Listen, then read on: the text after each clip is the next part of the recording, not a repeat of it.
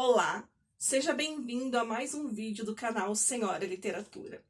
Eu sou a Francine Cruz e hoje eu quero compartilhar com vocês a leitura do primeiro capítulo do meu segundo romance, que se chama A Casa dos Dois Amores. Essa versão que eu tenho em mãos é a versão mais recente desse livro, é a segunda edição, foi publicada agora em 2022, através de uma lei de incentivo à cultura.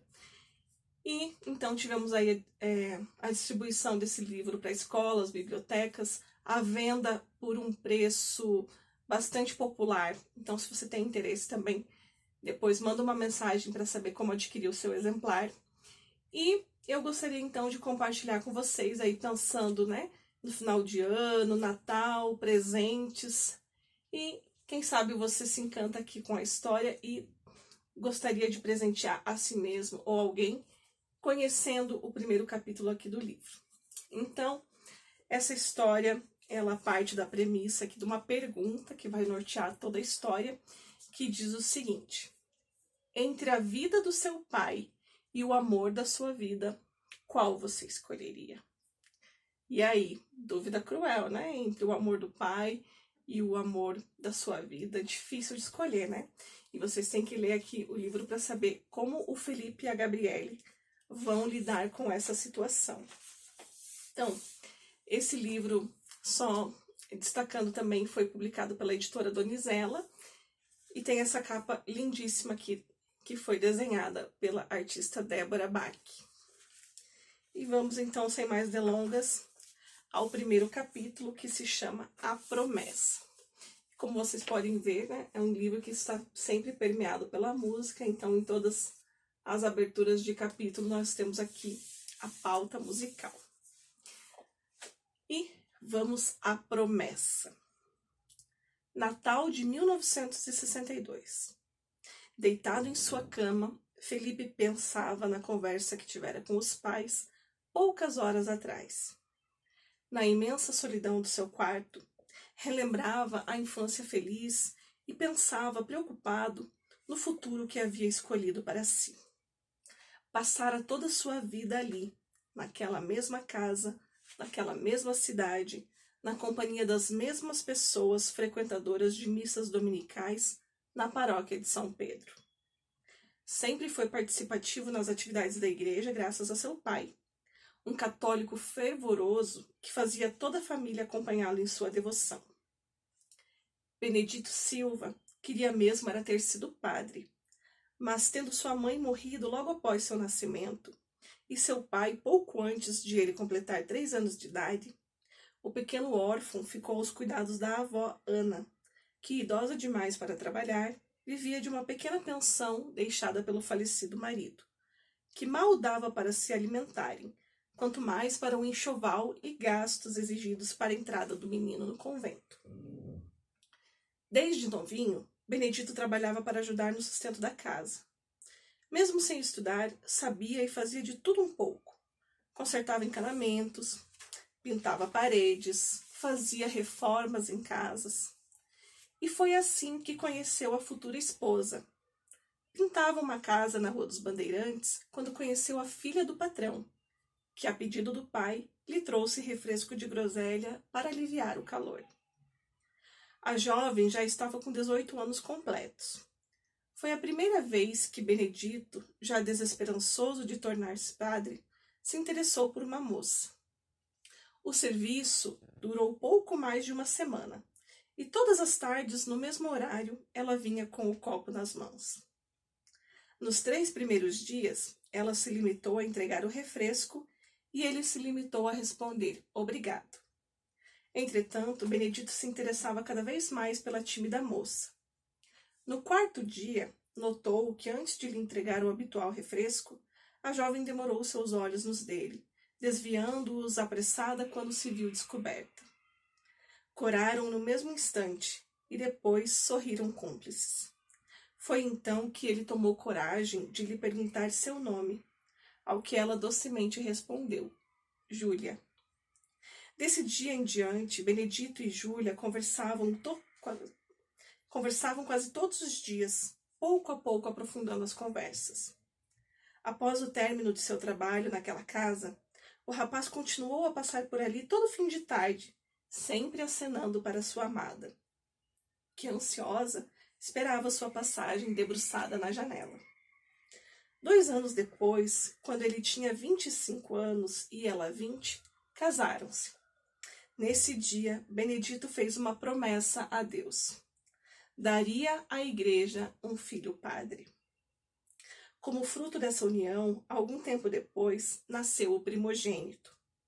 Por desejo do pai, recebeu o nome de Marcos, o grande evangelista bíblico. A partir de então, Benedito trabalhou incessantemente a fim de guardar dinheiro para os estudos do filho e poder mandá-lo para o convento.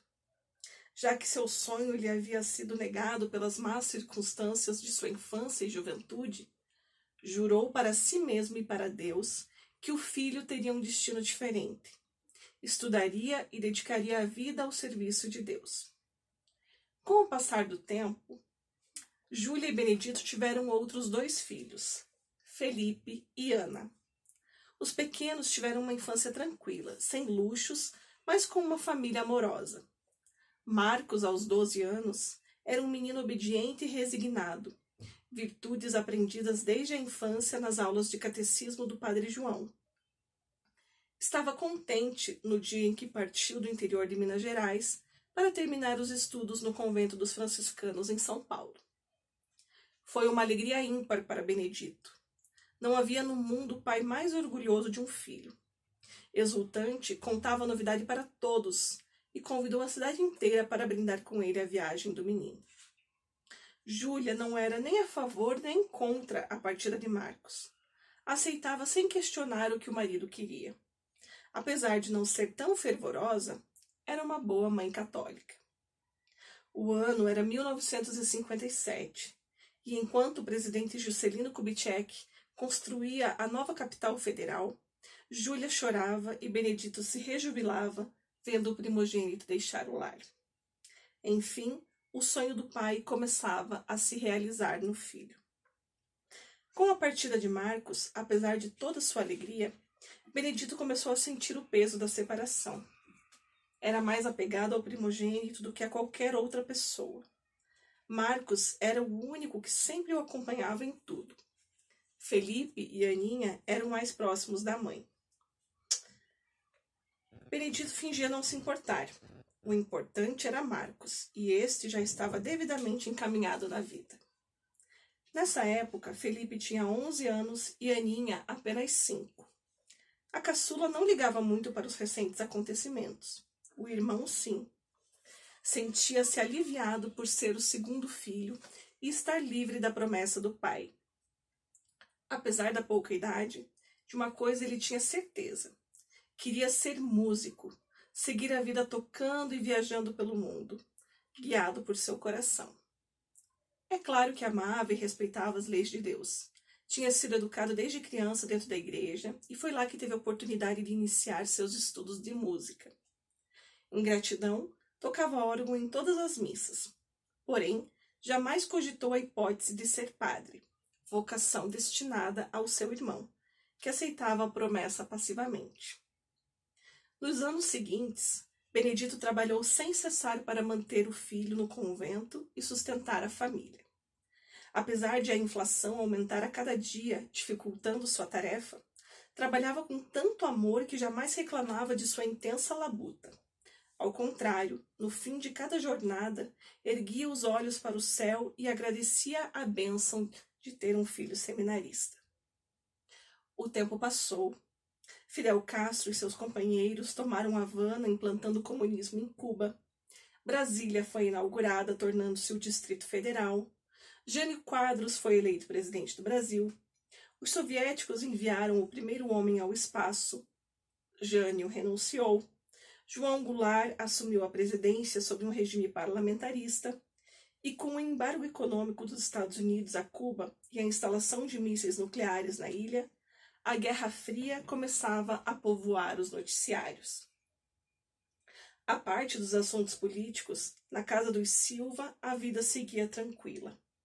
Após 5 anos no convento, Marcos era o melhor aluno de sua turma e tudo indicava seu sucesso como sacerdote. Todos na cidade felicitavam Benedito e Júlia pelo filho, que os visitavam uma vez por ano, sempre nas férias escolares. No final de setembro de 1962, quando Marcos enviou um telegrama comunicando sua breve chegada, a família toda se alegrou. Sem perceber que ainda era cedo para as férias, Benedito começou os preparativos para a recepção do filho amado. Quando o ônibus parou na rodoviária e Marcos desceu, ao contrário do que todos esperavam, o sentimento que tiveram ao avistá-lo não foi de felicidade, e sim de espanto. O rapaz, agora com 17 anos, estava tão magro e pálido que os próprios pais mal o reconheceram. Benedito e Júlia olharam-se preocupados e, depois de recepcionar o filho, o levaram para casa. Felipe e Aninha aguardavam ansiosos a chegada do irmão. Ele sempre tinha diversas histórias para contar sobre a cidade grande. Mas, mesmo eles, puderam perceber a fragilidade de seu corpo, que, ao invés da costumeira animação no regresso à casa, parecia cansado e desanimado. Mal chegando em casa, Marcos pediu para se deitar. A viagem tinha sido exaustiva. Júlia havia preparado os bolos e biscoitos para o filho. Entretanto, precisou servi-lo na cama. Bom, vou parar a leitura do capítulo por aqui. Já deu para vocês terem um panorama dessa família do Felipe, que é o nosso protagonista, de tudo que está acontecendo, esse pai que tem a promessa de ter um filho padre, o irmão dele que vai para o seminário, mas retorna doente. Então imaginem aí todas as reviravoltas que vão acontecer nessa história e que vão impactar diretamente a vida do Felipe. E convido vocês a conhecerem então a Casa dos Dois Amores.